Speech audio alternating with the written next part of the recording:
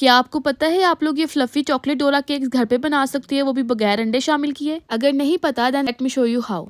एक बोल में मैदा, मिल्क पाउडर, चॉकलेट पाउडर, पिसी हुई चीनी, कॉफी, बेकिंग सोडा और नमक डाल के अच्छे से मिक्स करें। बैटर बनाने के लिए इसमें जाएगा 1 कप मिल्क। मैंने पहले हाफ कप मिल्क ऐड करके मिक्स किया था, फिर रिमेनिंग मिल्क डाला और इतनी कंसिस्टेंसी होनी चाहिए। फिर एक पैन में इस तरह से बैटर को स्प्रेड करें। फ्लेम आपका लो मीडियम होना चाहिए, हाई होगा तो ये नीचे से जल जाएंगे और अंदर से कच्चे रह जाएंगे। 2 मिनट्स ईच साइड आपने इसको कुक कर लेना है। सेम स्टेप्स को फॉलो करते हुए बाकी पैनकेक्स भी बना लेंगे। अब 2 पैनकेक्स को चॉकलेट स्प्रेड के साथ सैंडविच कर लें और ये चॉकलेट स्प्रेड घर पे बहुत आसानी से बन जाता है और हमारा डोरा केक रेडी है और ये कुशन की तरह सॉफ्ट बना था। आप लोग इसको मस्ट ट्राई करना। टेक केयर, अल्लाह हाफिज।